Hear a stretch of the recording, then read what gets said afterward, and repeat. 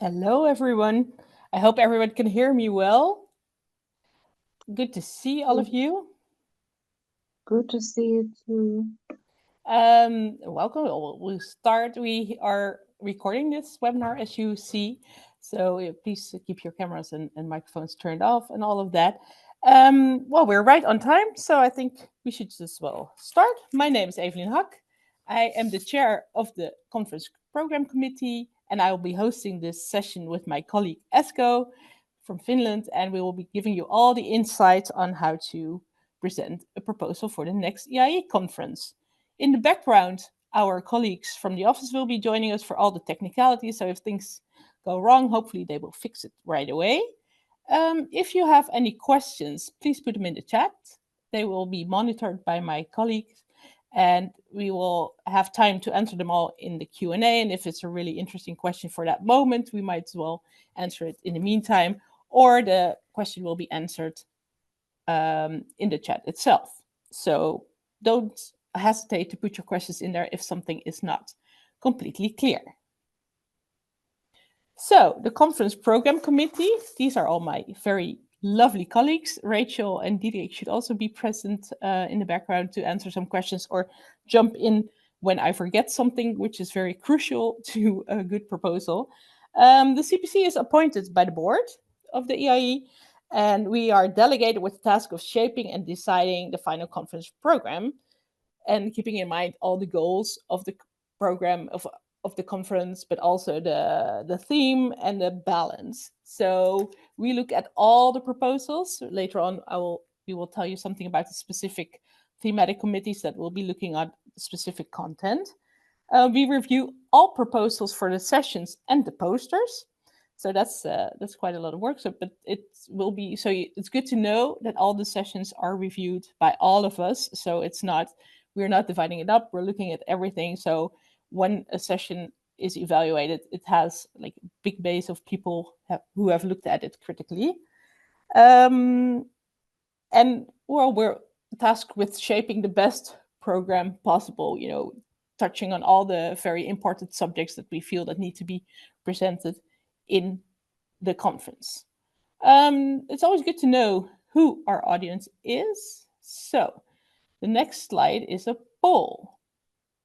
Please let us know about these questions that we have. So the first question is, have you ever submitted an EAIE proposal before? We are curious to know about that because it's good to know how far or what you have experienced so far. And the second question is, do you already have some ideas on what topics you would propose? We really like to hear these answers because we are curious to see who our audience is.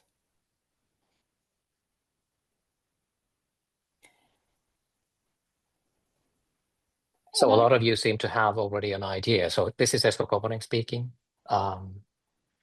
So quite a few of you already have an idea, which is obviously quite good because there's not too much time to come up with a good idea, but there is still time. So you're not too late. Good. Okay. So is it clear enough to continue, Esko? Yeah. All right. So then what is this webinar all about? What will we be telling you? Well, of course, give some information about the conference, what is the whole thing that we're talking about.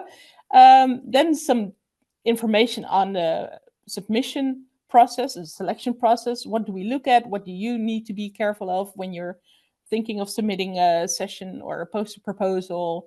Key deadlines, always very important to know when the deadlines are, because it's always quicker than you think. Then we will give you some tips and tricks that we have collected over the years of which will help you maybe if you're thinking about putting in a proposal. Then, of course, the mentioned Q&A, where we will address all the questions you still have. And then if you are really wanting to know more about the specific thematic committees that we will introduce, there will be some time for them. There will be room for breaking out in these breakout sessions rooms if you want to. So that's an option if you want to. But we will not be coming back after the Q&A. That will be the end of the webinar as it is. We will not be having a plenary session back or a recap. So after the Q&A, you can decide to join the breakout rooms or not, and that will be the end of the information that we will provide at the moment. So, know who your audience is. That's what we just did with the poll, but it's also good to know for you to see who usually attends this conference. As you can see, the majority is from a university. Then there's some University of Applied Sciences, some governmental organizations, the private sector, and some unemployed, not unemployed, self-employed people. That's the organizational types, and the job types is mostly administrative staff, some heads of offices, project management, academic staff.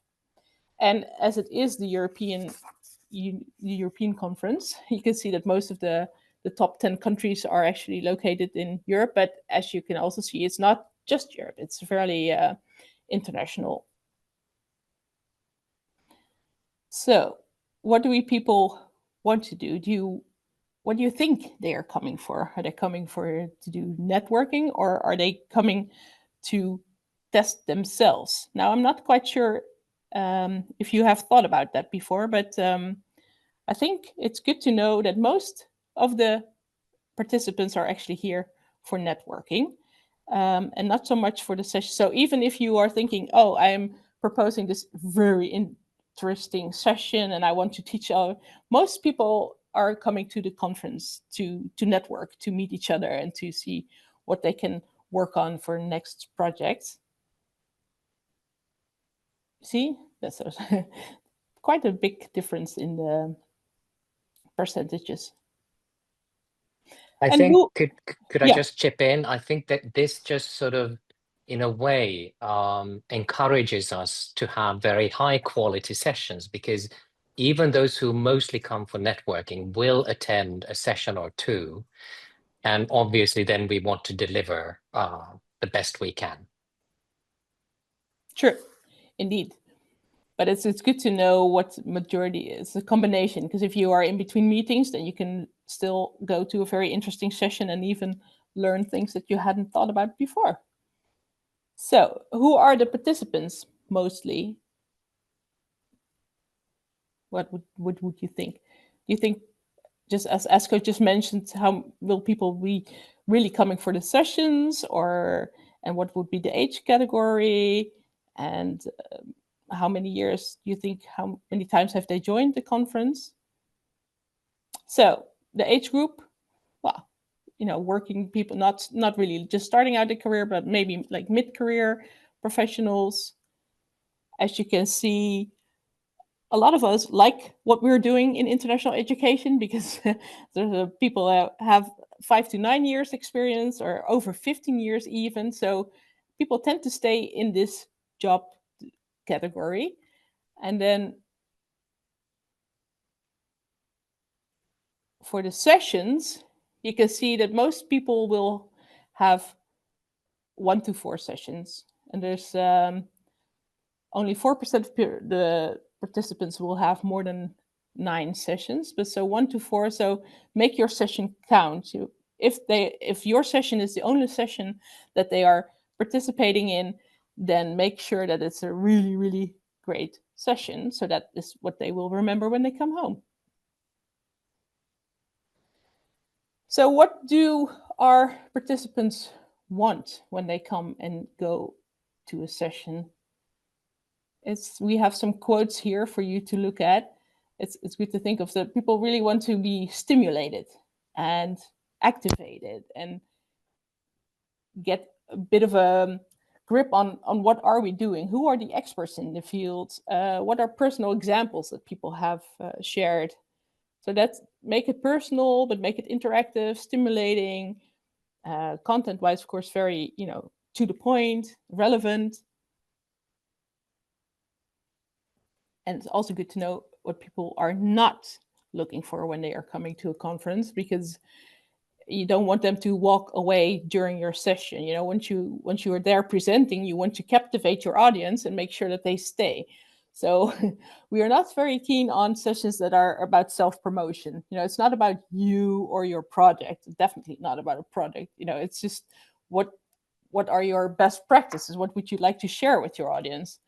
And not too long in details or too long in general aspects. make it a bit. It's only the maximum duration of a session is an hour. You know, it's at 60 minutes. So captivate people. Don't make it too boring. And 4 speakers is a lot. That's why we have a limit of 3 speakers per session. So because if you are only sending out the information, that is not really captivating for the audience. So please keep this in mind, because these are actual quotes from our participants.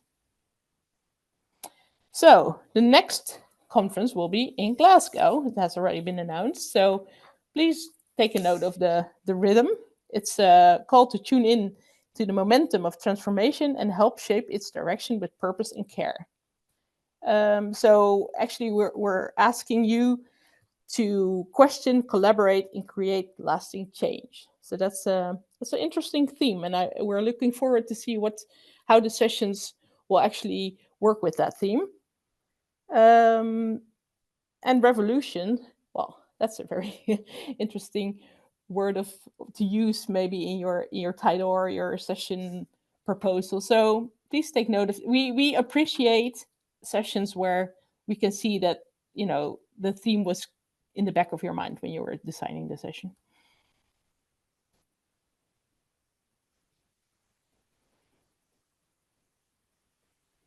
Ooh, too quick. So what is the goal of our program, the conference program? So we are definitely, I mean, it sounds like it's a very obvious one, but you know, the clear link to internationalization that's the main thing. If there's no internationalization link at all, then, you know, why would it be in our conference program? That doesn't make sense at all. So that's a very interesting, that's just, you know, keep that in mind whenever you're thinking of proposing anything to the conference. Also, the content should be of interest for all career stages, because as you can see, you know, the age range was quite large. People could be working in this field for a long time, as you can see, but also there are always newcomers. And so it has to be all kinds. The content should be really relevant for everyone. Interactive, we mentioned the quotes already. You know, the audiences appreciate when they are being asked or to do something. Evidence-based is also, you know, if you say something, please make sure that you can prove that it's how it is. Just, you know, don't just call out facts and figures if there's no way to have the evidence there to present. We the EAIE really appreciates new perspectives and voices of diverse speakers. Sometimes, you know, you don't want to see the same faces all the time. So if new, young, or very, you know, from other kinds of countries, anything, new perspectives and voices are very welcome. We would really like to have a program with a lot of diverse speakers with very interesting sessions. And yeah, the more diversity in the program, the better. And when you are proposing a session, please note that we are approximately will accept 100 sessions from the proposals. So that's not a lot. Last year we had, it's like the chances are about 1 in 4. So, you know, make it a good session, but also keep in mind of all the things that we feel that need to be in there to make it an interesting session for us to accept it for the program. So I think because there needs to be structure to conference, as you can see, the EAIE changed. If you have been around for a longer time, you might have noticed that before there were other kinds of committees. Now we have changed to the taxonomy, and these are the main categories in which all the sessions should fit either way. They're not specific priority topics, but they are, it's the 9 major fields within internationalization, with the subtopics underneath. So when you complete the session proposal form, you will be asked to identify up to 2 subtopics within the EAIE taxonomy, which your session will align. this helps guide the session review for us, because we know, okay, this is linked to that one, this is linked to that one, so it makes sense.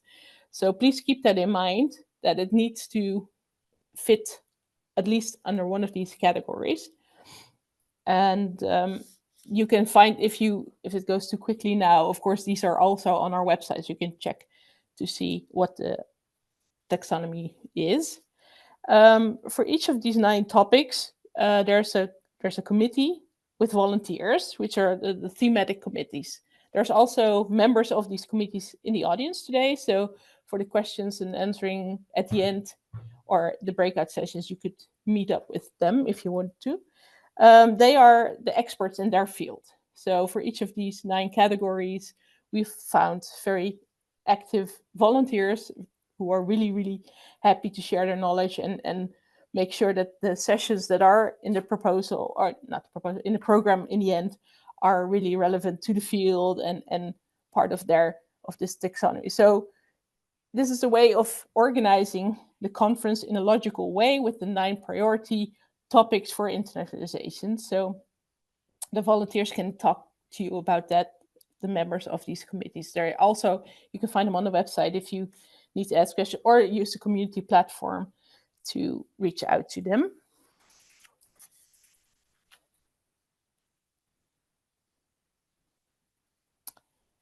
And then I think it's up to you, Esko, to...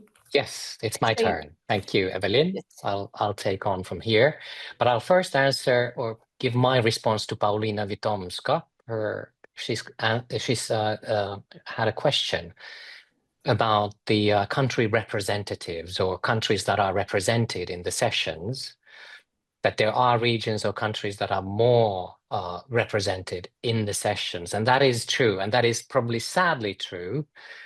We are looking for, as Evelien already said, we're looking for new people from new countries, other countries than just than the ones that are usually in the front. So definitely, it is not really just a clear criterion, but we do look favorably at sessions which have representatives and examples from countries or regions that are less represented or have been less represented in the program in the previous years. So definitely encouraging everybody to also think of that aspect in the proposals. But it is not the sort of, overriding criterion, definitely, but a good one, to be sure.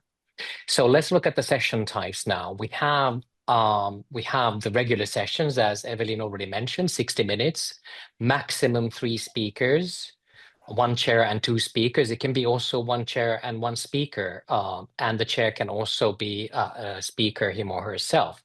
So that definitely is the limit. Posters have become more and more popular in the recent years. So they are 90-minute slots, 2 speakers maximum, and we have, I cannot remember exactly how many poster proposals we had last year. I think it was it more than 300? It was a huge amount for sure. Ignite sessions are probably the most exciting ones, because it is 5 minutes per speaker, 20 slides total, and the slides will turn without any click by the speaker, him or herself. It's a deck that just rotates by itself, and the proposal is 1 individual speaker per proposal. Workshops, which we will not delve into at this session, prep session at all, because it is the Professional Development Committee that deals with that. But those are half a full day on the Tuesday of the conference week, and they have max 2 facilitators each. Let's have the next one. So in the sessions, we are looking for also interactivity elements, so that we don't have just passive participants and audience in the sessions. There are various different types of interactivity methods. What we've listed here is a regular panel session with questions, and even provocative questions, to the audience to react upon. World Cafe, we know all that. Gallery Walk, we've been participating in.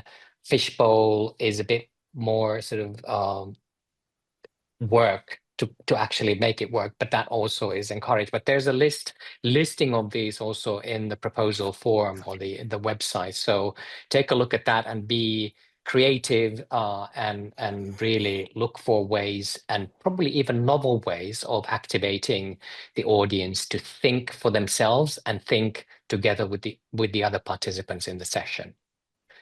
The next one, please. So the poster sessions is something that you either have a professional, practice-oriented approach to. You can explain what you have been doing, or you have been researching on or studying on, and then maximum, again, 2 people, and hopefully visually engaging too, so that it's not just a text, but visuals, pictures, diagrams, and such. And you will have a chance to have a one-to-one engagement with the participants and people who are interested in your topic. And there's a 90-minute session time slot for these arranged. Next one, please.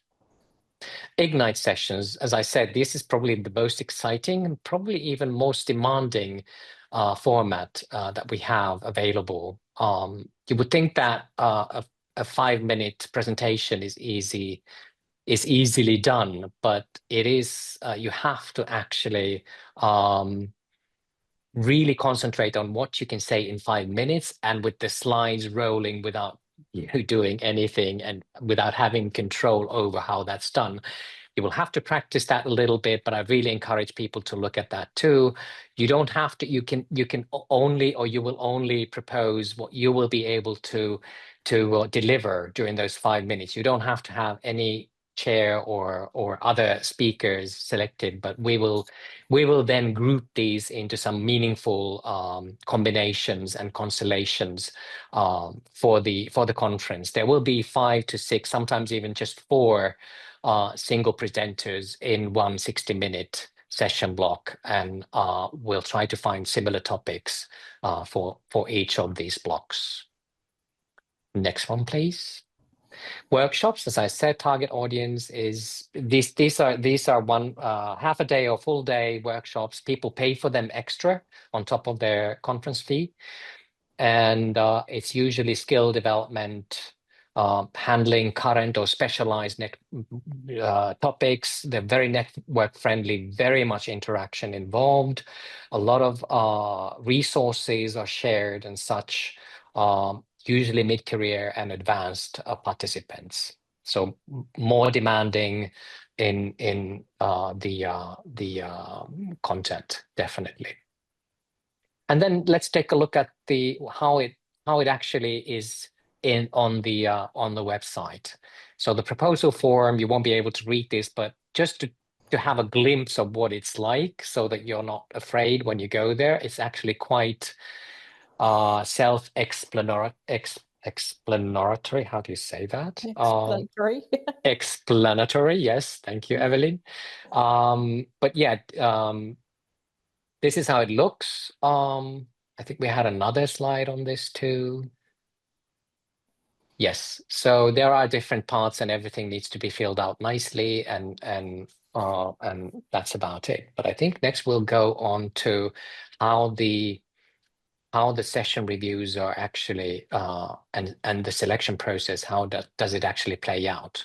So we, as a conference program committee, we review all sessions, all posters, and all Ignite proposals. That's quite a task. Several hundred all in all.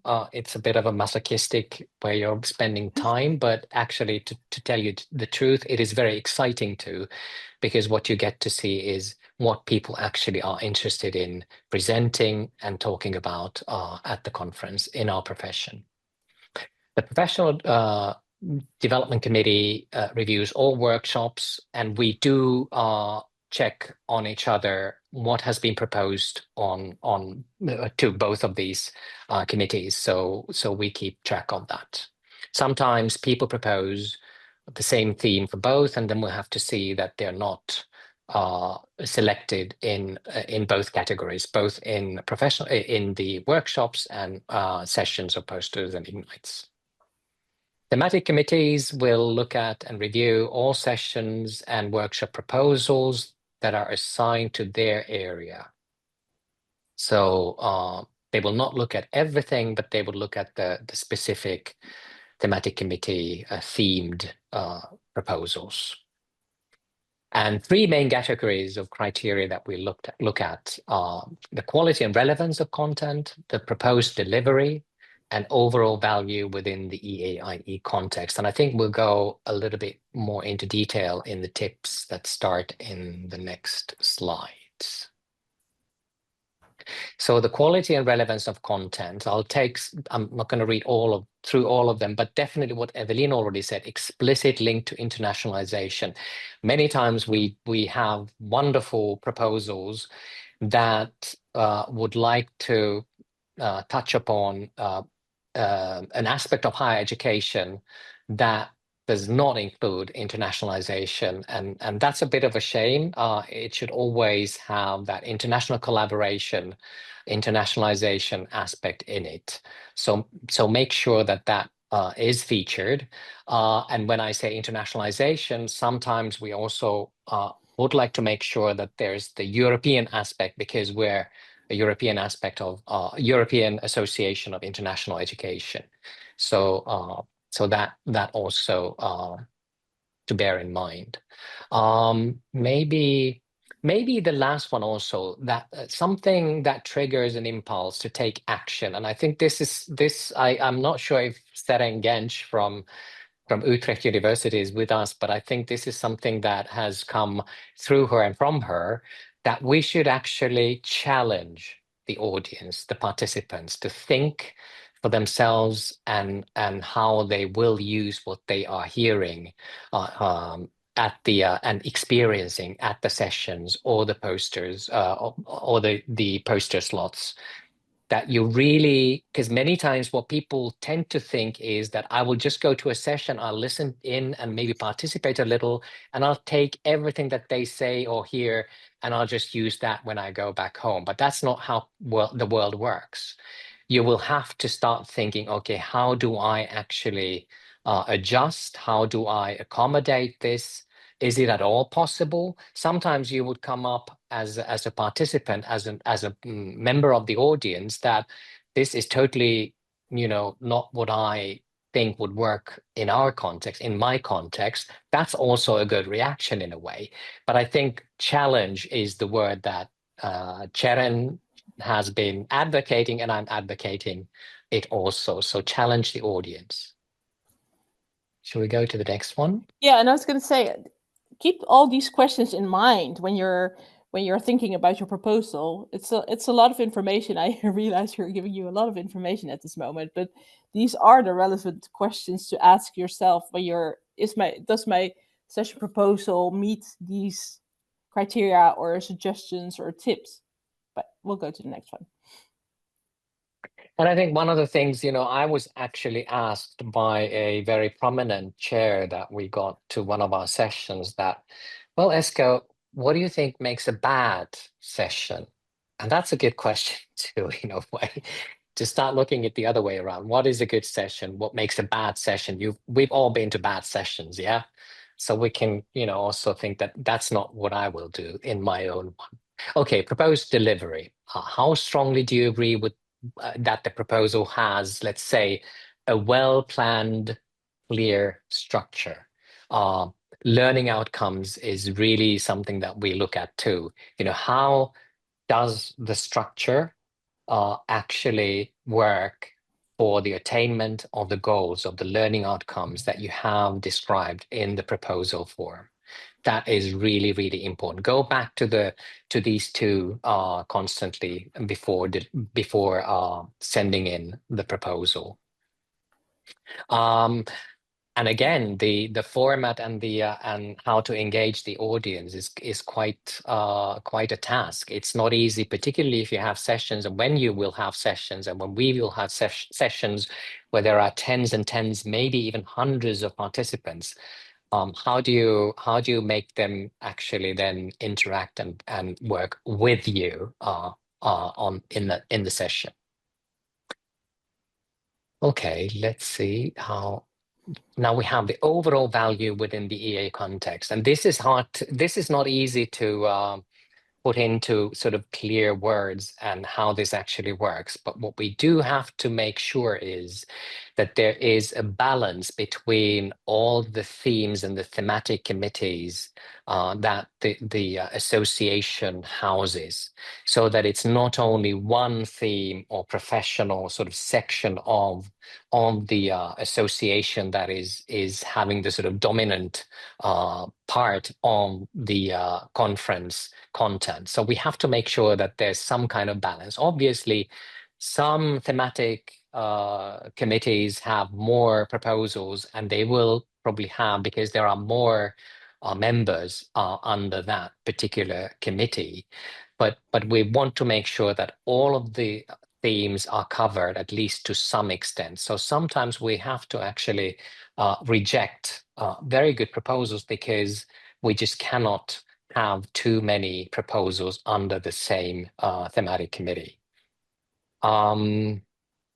What else? We have to make sure that not the same people or the same institutions are presenting in too many sessions or workshops. It is maximum 2. So if you are yourself, or if you are asking for someone to present or to be a panel member or a chair, ask yourself or the one that you're asking to do that task whether they are involved in other session proposals or poster proposals or Ignite proposals or workshop proposals, because we want to make sure that as many members and participants have the possibility to be there on the podium as possible. So that is a very, very strict rule that we have. Anything that I'm forgetting here? No, I was just going to say that's also with, those fresh voices, kind of fits in with that. You don't want the same people all the time. You want to give new people a chance. You also want to have hear different perspectives. So that's all why we're also limiting the number of sessions somebody can speak in. But I think we can go on to the deadlines, because you think, oh well, our conference was just 2 weeks ago, about 3 weeks maybe. Are we already thinking about a new one? Yes, we are, because it's a very strict process. As Esko already mentioned, there's a lot of session proposals and poster proposals on the workshop for the PDC and everyone. So we have to start. That's why we're giving this webinar at this moment. We have to start already with all this information. So if you have a good idea, the database is already open. You can already send in your proposal or put it in, because the official deadline for your proposals is November 3rd at 5 o'clock our time here.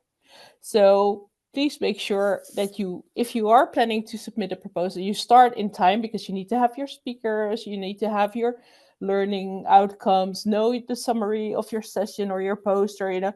Think about it, because you don't want to wait till the very last moment, because the November 3rd deadline is a very hard deadline.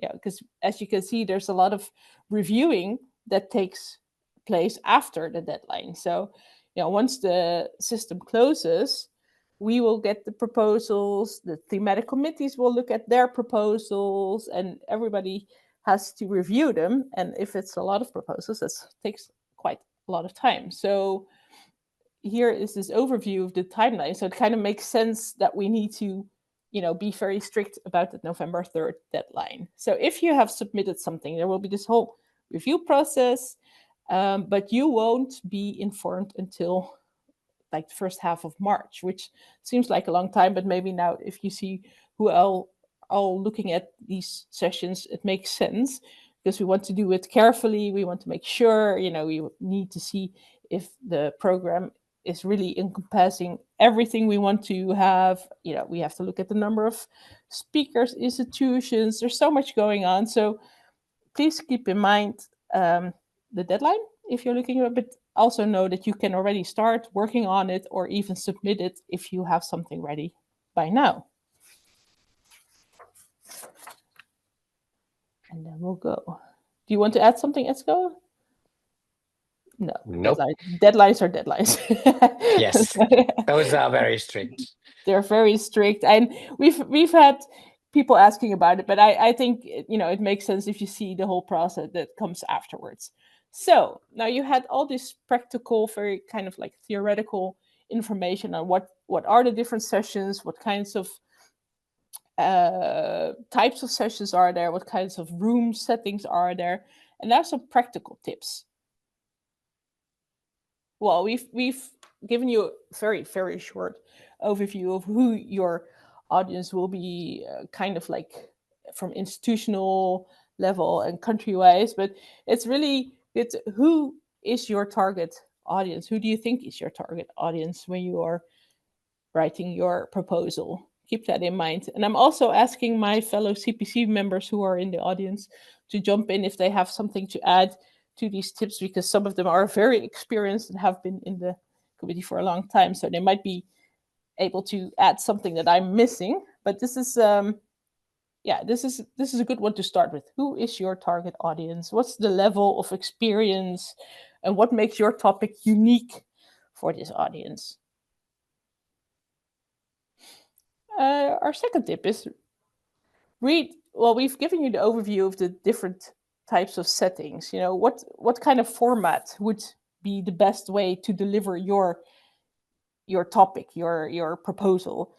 Could it be a poster? Would it be a big session, a small session, an interactive session, or an Ignite?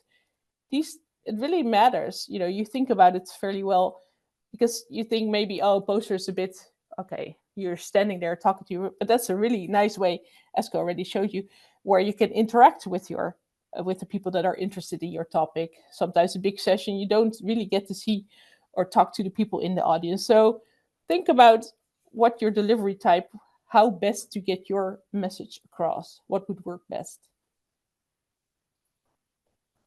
And well, we can't stress it enough, but as you can see, we are very adamant about this. And actually, it comes from experience. Esko, I think, also mentioned it. We have had a lot of sessions where the link to internationalization is not clear. It has to be a topic from the field of internationalization and education and everything. So how does your topic contribute to the field of internationalization? And if it's not explicitly stated, then we will not accept it. We have to be hard, because we have so many good sessions to choose from. If it's not clear, then that would be a reason to, unfortunately, not accept that session. So when you're thinking about your session or your poster, what is the link to internationalization? How does your topic really contribute to that field of internationalization? And we've mentioned some of these tips. We've mentioned it already in the information before, but we really value the different sets of speakers, institutions, all the different kinds of fields people come from, so that you have a really like a global perspective. We are actually, when we're reviewing all the sessions, we are looking for diversity of voices to ensure this global perspective. So, if you have 3 speakers from the same institution in the same country, the session will not be accepted, even if the topic is really very linked to internationalization and it's a very good topic. Those are just the blunt criteria that we keep in mind. So please note, you need to have diversity of speakers. And we are also a fan of smart learning outcomes. I'm pretty sure everybody knows what the SMART stands for, but I will just tell you anyway, just to make sure that it's clear. So the S is for specific, the M is for measurable, the A is for achievable, the R for relevant, and the T for time-bound. So it's a very interesting word to keep in mind when you're writing your session proposal. Be clear and specific, create a well-structured proposal. It makes it easy for us to understand what the idea of the session is, but it's also good for you, so you already have your outline for when you're doing your presentation. And what value does your session bring to the participants' professional development? And what will they be able to bring home after the conference? You know, as Co mentioned, we like take-home messages, like, oh, so somebody is working and then keeps thinking back, oh, this is something that I learned or picked up at the conference that I can still use. And of course, you know, it's very obvious, but need to mention it anyway. It has to be educational and non-promotional. I've mentioned this before as well, the evidence-based or experience-based content. You know, don't just say something, it has to come from somewhere. Provide data to back up your statements and best practices, case studies, supporting research, all that makes your session so much stronger or your poster so much more interesting.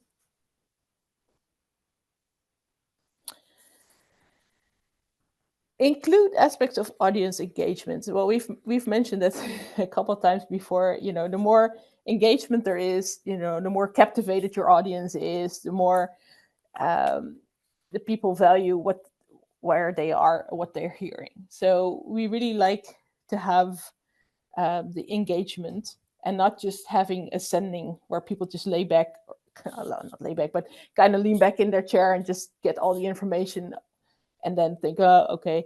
But that kind of puts you to sleep sometimes. So we really, you can see here in the picture, we have the microphone catch box.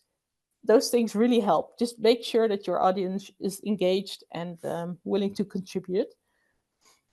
Polling would be nice, case studies, small working groups, peer discussions, anything where you engage the audience makes your proposal stronger.